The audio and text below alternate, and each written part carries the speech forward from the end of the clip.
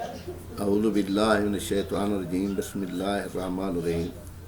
मोहतरम मर्द ख़वातीन हज़रात, ये चंद अखलाकी कहानियाँ हैं, उर्दू फेरी टेल्स की स्टोरियाँ हैं ईमानदारी के मतलब। मैं उनकी इजाज़त से ये आपको रिले करना चाहता हूँ कि ताकि ये बच्चे जो है, ख़ास तौर पर बच्चे इनको सुने और उस सुनने के बाद जो है अपने रवैये दुरुस्त करें, अपने मामलात दुरुस्त करें और ईमानदारी को अपनी मशाल राह बनाएं।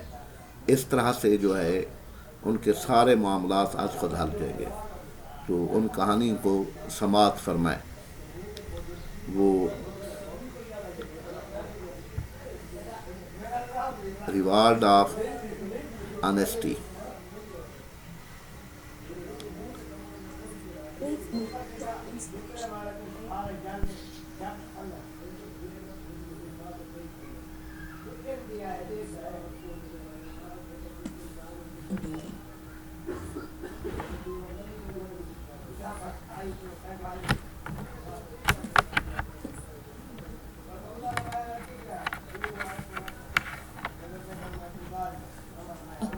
को पास पाकर शेरू बहुत खुश हुआ।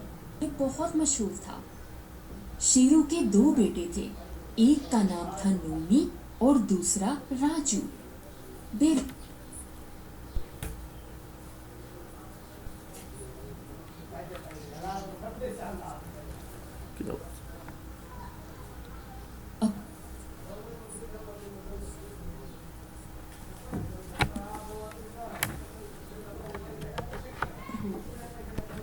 बहुत खुश हूँ। फिर सब बातें करने लग गए। एक था राजू। बैरूने मुल्क से तालीम मुकम्मल करने के बाद वो दोनों वापस अपने मुल्क अपने वालिद के पास पहुंचे। अपने बच्चों को पर शेरू बहुत खुश हुआ। मेरे बच्चों, तुम कितने बड़े हो गए। फिर सब बातें करने लग गए। एक शाम को शेरू अकेला बैठा हुआ था। वो सोचने लगा, और मेरे दोनों बच्चे बड़े हो गए हैं, लिहाजा अब किसी एक को नंबरदार बन जाना चाहिए। लेकिन नूनी और राजू में से कौन ये मनसब संभालेगा। अचानक शेरू के जहन में एक तरकीब आई। वो उठकर अपने बच्चों के पास गया और दोनों को 10-10 सिक्के देकर कहने लगा, सुनो मेरे बच्चों, मैं चाहता हूँ तुम दोनों ये सिक्के लेकर जाओ और इनके दुगने कमा कर लाओ, और जो 10 दिन में ये काम करके आएगा उसे मैं इस गांव का नंबरदार बना दूंगा। अब अपने बाप का दिया हुआ हुक्म पूरा करने दोनों शहर को रवाना हो गए। शहर पहुंचकर नूमी सोचने लगा, अभी बहुत वक्त पड़ा है। 10 दिन में तो मैं बहुत आराम से पैसे दुगने कर लूंगा, और वैसे भी मैं राजू से ज्यादा पढ़ा लिखा हूँ, इसलिए नंबरदार तो मैं ही बनूंगा।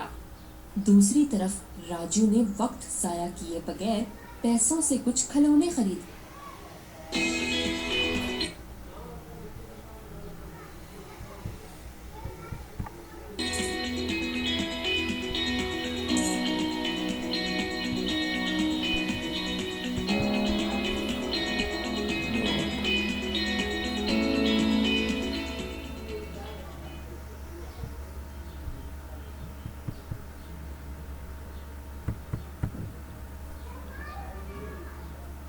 और शहर में ही खिलौनों की दुकान बना ली। इसी तरह दिन गुजरते गए।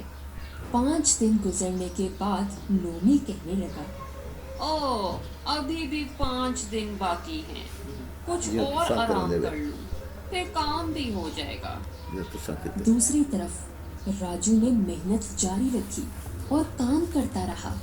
लेकिन एक दिन शाम को राजू परेशानी में कहने लगा, अभी तक तो मैं सिर्फ 15 रुपए ही कमा पाया हूँ, और 5 दिन गुजर भी गए।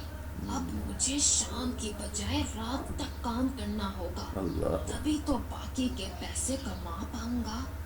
और फिर राजू दिन रात और भी ज्यादा मेहनत और लगन से काम करने लगा।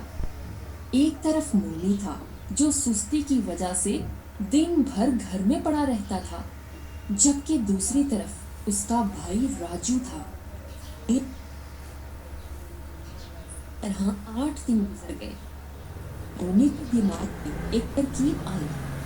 क्यों ना मैं लोहार के पास जाकर इन सिक्कों को 10 से 20 बनवा लूं।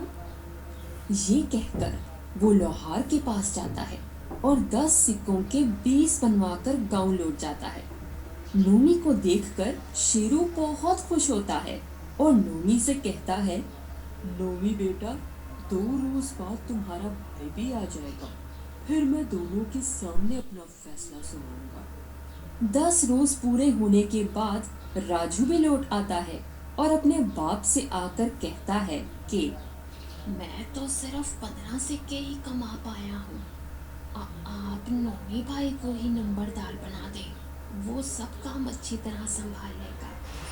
ये सब सुनकर शेरू कहने लगा, मैं सब जानता हूँ कि किसने कितनी मेहनत की है, कितनी ईमानदारी से काम निभाया है।